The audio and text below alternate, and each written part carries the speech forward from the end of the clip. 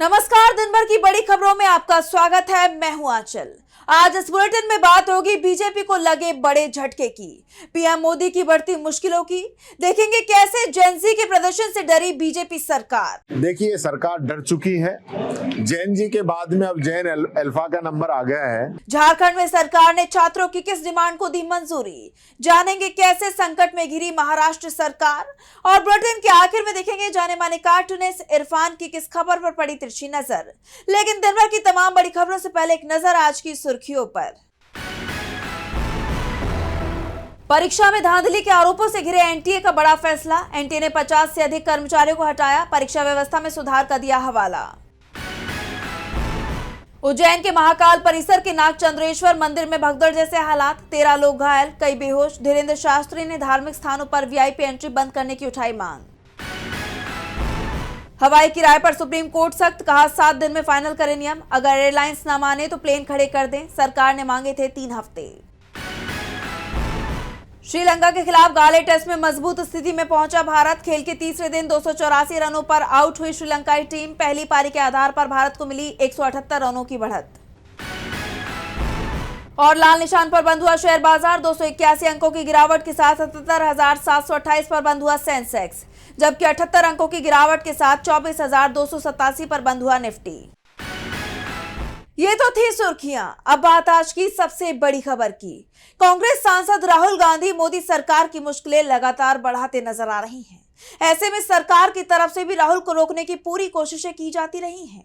उनके खिलाफ कई मुकदमे भी दर्ज किए गए हैं और अब ऐसे ही एक मामले में राहुल गांधी को सुप्रीम कोर्ट से बड़ी राहत मिली है। लेकिन बीजेपी के लिए ये बड़ा झटका है। देखिए ये रिपोर्ट। कांग्रेस सांसद राहुल गांधी को सुप्रीम कोर्ट से बड़ी राहत मिली है। कोर्ट ने आय से ज्यादा संपत्ति मामले में उनके खिलाफ इलाहाबाद हाईकोर्ट में चल रही सुनवाई पर तो रोक लगाई ही, साथ ही साथ केंद्रीय जांच एजेंसियों सीबीआई और ईडी को नोटिस भी जारी कर दिया है। कोर्ट ने सीबीआई और ईडी को निर्देश भी दिया कि वे हाईकोर्ट में कोई रिपोर्ट दाखिल न करें। दरअसल कर्नाटक बीजेपी के कार्यकर्ता विघ्नेश शिशिर ने राहुल गांधी के खिलाफ शिकायत दर्ज कराई थी।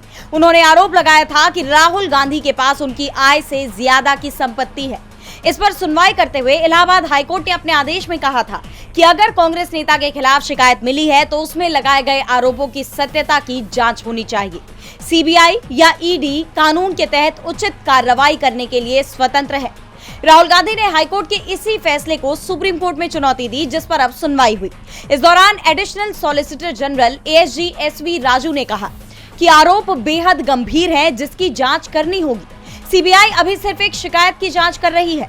हमने कुछ नहीं किया है, हमने कोई एफआईआर दर्ज नहीं की है। अगर कोई संज्ञेय या अपराध सामने आता है तो मामला एक अलग मोड़ ले लेगा। याचिकाकर्ता की तरफ से भी दलील दी गई कि ये एफआईआर से पहले की एक साधारण सी घटना है। एफआईआर से पहले की अवस्था में आरोपी को सुनवाई का कोई अधिकार नहीं है। इस पर राहुल गांधी की तरफ से पेश वकील कपिल सिब्बल ने कहा कि तथ्य सही हो सकते हैं, तथ्य गलत भी हो सकते हैं, लेकिन अगर तथ्य सही है तो अदालत के अधिकार क्षेत्र का दुरुपयोग करना एक गंभीर मामला है। इस पर कोर्ट ने भी सवाल किया कि अगर मामला इतना गंभीर है तो सीबीआई और ईडी को जांच के लिए कोर्ट के आदेश का इंतजार क्यों करना पड़ रहा है।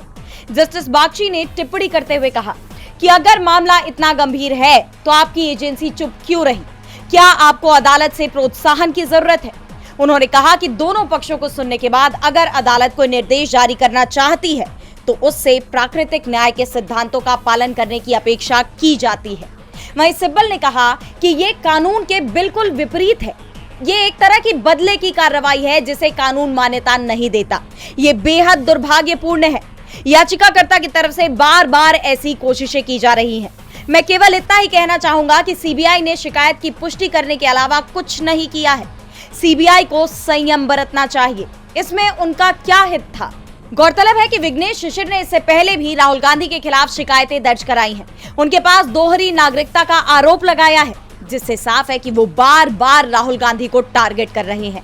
यही वजह है कि कपिल सिब्बल ने इसे बदले की कार्रवाई बताया है। उन्होंने सीबीआई की भूमिका पर भी सवाल उठाए हैं। कपिल सिब्बल की दलीलों पर सुप्रीम कोर्ट ने अब सीबीआई और ईडी से जवाब मांग लिया है।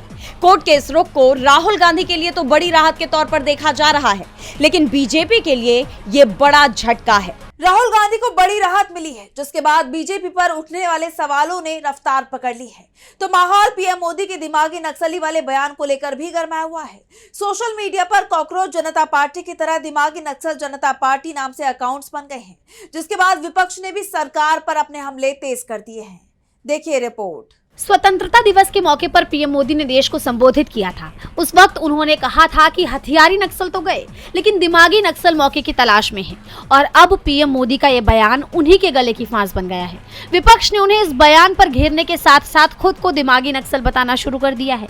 हालांकि केंद्रीय मंत्री किरेन रिजिजू की तरफ से सफाई दी गई है कि पीएम मोदी ने विपक्ष को दिमागी नक्सलवादी नहीं बताया, बल्कि उन्होंने तो संविधान को न मानने वाले लोगों को दिमागी नक्सल बताया है। लेकिन विपक्ष के हमले के आगे रिजिजू की ये सफाई काम नहीं आ रही। जम्मू कश्मीर की पूर्व मुख्यमंत्री और पीडीपी अध्यक्ष महबूबा मुफ्ती ने खुद को दिमागी नक्सल बताया। महबूबा मुफ्ती ने अपने एक्स हैंडल पर पोस्ट किया कि मैं अनुच्छेद 370 का समर्थन करती हूँ, मैं एक दिमागी नक्सल हूँ। मुफ्ती की तरह दिल्ली के पूर्व मुख्यमंत्री और आम आदमी पार्टी के संयोजक अरविंद केजरीवाल ने भी खुद को दिमागी नक्सल बताया है। जो प्रधानमंत्री जी से और बीजेपी से डरता नहीं है, जो एक विकसित भारत का सपना देखता है, वो प्रधानमंत्री जी के हिसाब से दिमागी नक्सली है। आज अगर भगत सिंह जिंदा होते तो प्रधानमंत्री जी भगत सिंह को भी दिमागी नक्सली बोलते। आज अगर बाबा साहब अंबेडकर जिंदा होते, जिन्होंने सबकी बराबरी के लिए लड़ाई लड़ी थी, तो बाबा साहब अंबेडकर को भी प्रधानमंत्री जी नहीं छोड़ते, उनको भी प्रधानमंत्री जी दिमागी नक्सली बोलते। मैं प्रधानमंत्री जी को कहना चाहता हूं कि मैं अरविंद केजरीवाल आपके हिसाब से दिमागी नक्सली हूं, क्योंकि मैं देशभक्त हूं और मुझे इस बात का गर्व है। यही नहीं, बल्कि सोशल मीडिया पर तो दिमागी नक्सल जनता पार्टी और दिमागी नक्सल पार्टी नाम से सोशल मीडिया अकाउंट्स बन चुके हैं।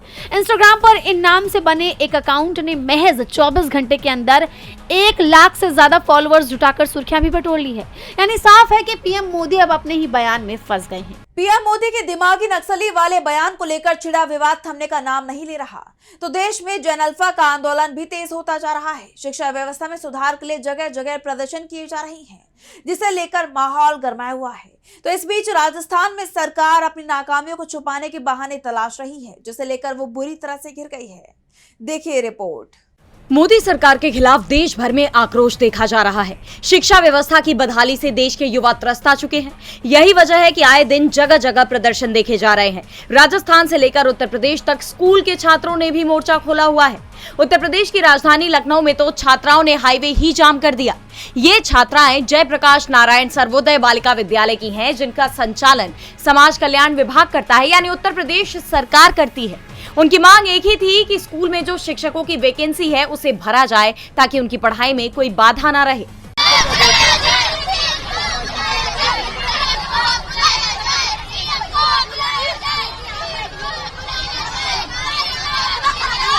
छात्राओं के प्रदर्शन के आगे मजबूर होकर आखिरकार सरकार को उनसे बातचीत करनी पड़ी। समाज कल्याण विभाग के अधिकारियों ने छात्राओं की मांगे मानने का भरोसा दिया, लेकिन सवाल ये बने हुए हैं कि क्या प्रशासन अपना वादा पूरा करेगा, क्योंकि राजस्थान की बीजेपी सरकार ने जो कदम उठाया है उससे तो साफ जाहिर है कि सच को दबाने की कोशिश की जा रही है। दरअसल राजस्थान में सरकारी स्कूलों को लेकर भजनलाल सरकार ने एक नया आदेश जारी किया है, जिसके तहत सरकारी स्कूलों की अव्यवस्थाओं और बदहाली की तस्वीर दिखाने वाली मीडिया रिपोर्ट्स पर अब सख्ती बरती जाएगी। शिक्षा मंत्री ने सरकारी स्कूलों में मीडिया सहित सभी बाहरी व्यक्तियों के प्रवेश पर रोक लगा दी है, जिस पर भड़कते हुए सीजेपी प्रवक्ता आशुतोष राका ने कहा कि मदन दिलावर जी या तो राजस्थान के सभी जर्जर स्कूल ठीक करें या फिर हम पर एडवांस में एफआईआर करवा दे। आप हमें एडवांस में गिरफ्तार भी कर सकते हैं, आपकी सरकार है, आपकी पुलिस है, लेकिन हम तब तक स्कूलों का निरीक्षण नहीं रोकेंगे जब तक राजस्थान के सभी स्कूल ठीक नहीं हो जाते। बता दें कि सरकार ने सरकारी स्कूलों में मीडिया कर्मियों और बाहरी लोगों के प्रवेश, फोटोग्राफी, वीडियोग्राफी और लाइव स्ट्रीमिंग पर पूरी तरह प्रतिबंध लगा दिया है। प्रवेश के लिए अब प्रिंसिपल की लिखित इजाजत और विजिटर रजिस्टर में एंट्री अनिवार्य कर दी गई है।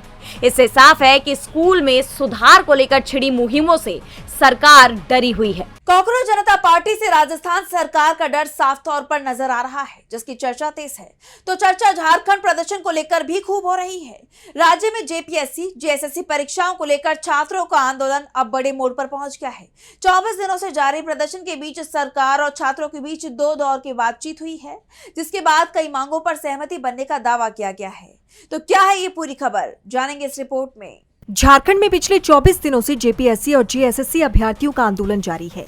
कई छात्र अनशन पर बैठे हैं और उनकी सबसे बड़ी मांग है कि भर्ती परीक्षाओं में हुई कथित गड़बड़ियों की निष्पक्ष जांच हो और 14वीं जेपीएससी परीक्षा को रद्द किया जाए। और अब इस आंदोलन के बीच छात्रों को बड़ी राहत मिलने का दावा किया जा रहा है। झारखंड सरकार की मंत्री दीपिका पांडे ने राज्य में आंदोलन कर रहे छात्रों के प्रतिनिधियों के साथ 2 दौर की बातचीत के बाद कहा कि छात्रों की सभी जायज मांगों को मानने के लिए लगातार प्रयास किए जा रहे हैं। छात्रों से 2 राउंड की वार्ता के बाद कई मुद्दों पर सहमति बनी है और उनके जायज मांगों को मानते हुए 14वीं जेपीएससी परीक्षा को रद्द करने पर भी सहमति बनी है। इसके साथ ही टीडीपीएल द्वारा आयोजित सभी परीक्षाओं और जेएसएससी सीजीएल की जांच सीआईडी से कराने का फैसला लिया गया है। अगर किसी केंद्रीय एजेंसी से जांच की आवश्यकता होगी तो राज्य सरकार ईडी को पत्र लिखेगी। बता दें, सरकार का कहना है कि सीआईडी जांच की निगरानी न्यायिक समिति के जरिए कराई जाएगी और जांच को 90 दिनों के अंदर पूरा कर फास्ट ट्रैक कोर्ट का रुख किया जाएगा। इस बीच कांग्रेस सांसद राहुल गांधी ने मुख्यमंत्री हेमंत सोरेन को पत्र लिखकर छात्रों के प्रतिनिधि मंडल से मुलाकात करने की अपील भी की है। राहुल ने आंदोलन को शांतिपूर्ण बताते हुए छात्रों की मांगों को जायज बताया और समाधान की हर संभव कोशिश करने की मांग की है, जिसके बाद सियासी गलियारों में चर्चाओं का बाजार गरमाया हुआ है। झारखंड में छात्रों को बड़ी सफलता मिली है तो महाराष्ट्र में बॉम्बे हाईकोर्ट क्लर्क भर्ती के टाइपिंग टेस्ट को लेकर छात्रों का गुस्सा फूट पड़ा है। तकनीकी खामियों के आरोपों के बाद अभ्यर्थियों ने आंदोलन किया, जिसके बाद हाईकोर्ट ने बड़ा निर्देश दिया है और बीजेपी सरकार की मुश्किलें बढ़ गई हैं। तो क्या है ये पूरा मामला, जानने के लिए देखिए ये रिपोर्ट। बॉम्बे हाईकोर्ट क्लर्क भर्ती के टाइपिंग टेस्ट को लेकर महाराष्ट्र में विवाद खड़ा हो गया है। कई छात्रों ने परीक्षा के दौरान तकनीकी समस्याओं का आरोप लगाया, जिसके खिलाफ छात्रों ने विरोध प्रदर्शन किया।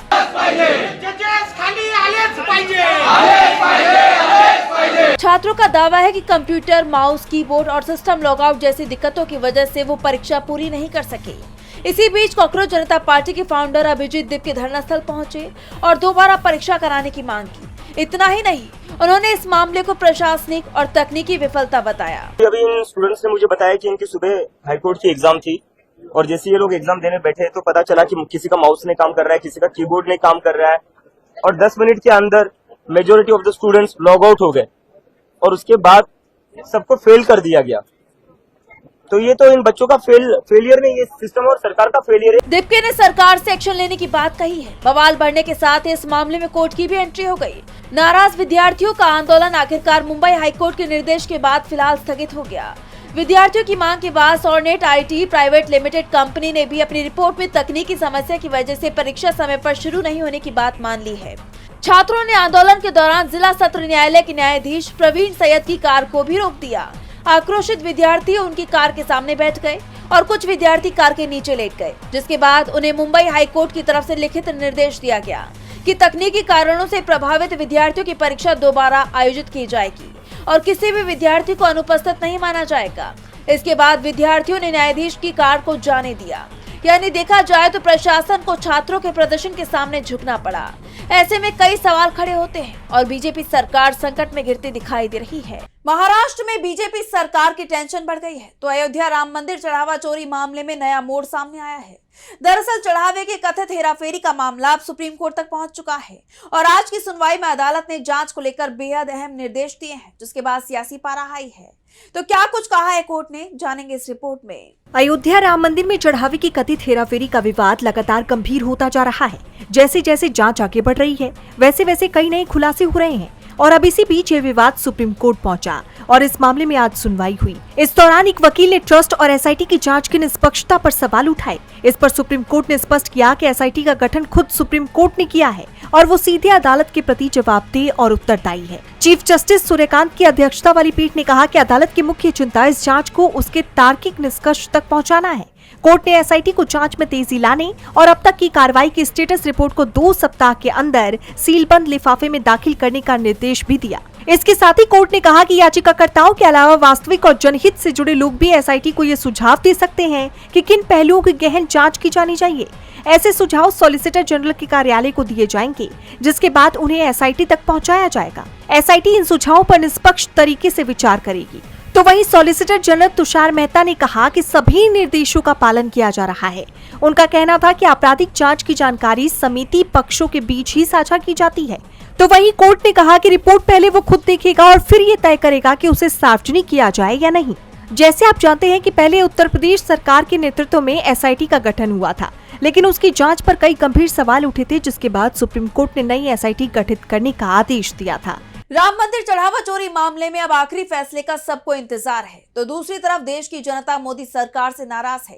बीजेपी सरकारों के खिलाफ प्रदर्शन चल रही हैं और ये सब ऐसे वक्त में हो रहा है जब 5 राज्यों में चुनाव की तैयारियां चल रही हैं। यानी इस बार बीजेपी के लिए अपने पैर जमाना बहुत मुश्किल नजर आ रहा है। ऐसे में अब पार्टी ने बड़ा कदम उठाते हुए अपनी नई टीम बनाई है। बीजेपी अध्यक्ष नितिन नवीन ने इसका ऐलान किया है। देखिए रिपोर्ट। बीजेपी इस वक्त बेहद बुरे दौर से गुजर रही है, जहां तमाम मोर्चों पर उसे विरोध का सामना करना पड़ रहा है। कहीं युवाओं की नाराजगी है तो कहीं विपक्ष के हमले। इन सब के बीच 5 राज्यों के विधानसभा चुनाव भी नजदीक आते जा रहे हैं। ऐसे में बीजेपी ने अपने कमबैक के लिए बड़ा दांव चला है। बीजेपी अध्यक्ष नितिन नवीन ने अपनी नई टीम का ऐलान किया है। उनकी इस नई टीम में 13 उपाध्यक्ष और 8 महासचिव हैं। इसमें स्मृति ईरानी महासचिव बनाई गई हैं, जबकि वसुंधरा राजे राष्ट्रीय उपाध्यक्ष बनाई गई हैं। वहीं बीएल संतोष संगठन महामंत्री बने हैं। इस टीम में राष्ट्रीय कोषाध्यक्ष की जिम्मेदारी पीयूष गोयल को दी गई है। वहीं तरुण चुग को भी बीजेपी केंद्रीय कार्यालय प्रभारी और महेंद्र पांडे को केंद्रीय कार्यालय सचिव बनाया गया है। इसके अलावा एक और बड़ा बदलाव ये आया है कि बीजेपी के IT cell head Amit Malviya को हटा दिया गया और उनकी जगह दीपक म्हस्के को नया आईटी सेल हेड बनाया गया है। इस नई राष्ट्रीय टीम में 12 महिलाओं को शामिल किया गया है। इनमें सबसे ज्यादा चर्चा इस बात की हो रही है कि पूर्व केंद्रीय मंत्री स्मृति ईरानी एक बार फिर बीजेपी की टॉप लीडरशिप में लौट आई हैं, क्योंकि अमेठी से लोकसभा चुनाव हारने के बाद बीजेपी में उन्हें दरकिनार किए जाने की खबरें आ रही थी। वहीं अमित मालवीय को टीम से हटाने का फैसला देश के मौजूदा घटनाक्रम को जोड़कर देखा जा रहा है। आप जानते हैं कि जंतर मंतर प्रोटेस्ट के वक्त से ही सोशल मीडिया पर मोदी सरकार और बीजेपी के खिलाफ कंटेंट की बाढ़ सी आ गई थी। सोशल मीडिया अब सरकार के खिलाफ नाराजगी जाहिर करने का प्रमुख मंच बन गया है, जिसका नुकसान सरकार को उठाना पड़ रहा है। ऐसे में एंटी बीजेपी लहर को रोकने में एक नाकामयाब रहे अमित मालवीय की अब बीजेपी की कोर कमेटी से छुट्टी हो गई है। लेकिन सवाल ये है कि क्या इससे पार्टी डैमेज कंट्रोल कर पाएगी? क्या नितिन नवीन की ये टीम आगामी चुनावों में बीजेपी को लीड दिला पाएगी? ये देखना होगा। और बुलेटिन के आखिर में देखेंगे जाने माने कार्टूनिस्ट इरफान की किस खबर पर पड़ी तिरछी नजर।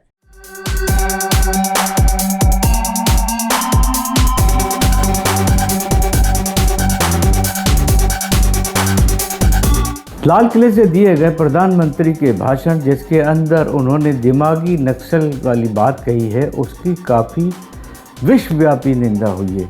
लेकिन दूसरी तरफ उनके साथी टीडीपी के एक सांसद ने उसकी बहुत तारीफ की है और उसका समर्थन भी किया। भाई वो तो करेंगे ही, क्योंकि उनका काम ही ये है कि जो जो साहेब बोलते जाएं उसकी तारीफ करते जाइए और उसकी कीमत भी लेते जाइए। तो उन्होंने उसकी तारीफ की है। ये वही साइकिल है उनकी जो प्रधानमंत्री के काफिले की लैंड रोवर, मर्सिडीज़, BMW, इतनी सारी गाड़ियों को वो साइकिल ही खींच रही है। पिछले कई साल हो चुके हैं। अब देखना ये है, दूसरी तरफ एक साइकिल है जो उत्तर प्रदेश में है। दोनों साइकिलों में देखिए फ़र्क, जिसके ऊपर अखिलेश यादव सवार हैं और उसको दीनहीन गरीब किसान उसकी सवारी लेकर के वो जा रहे हैं और आगे 2027 के चुनाव में उम्मीद करते हैं कि वो उनको मंजिल तक ज़रूर पहुंचाएंगी।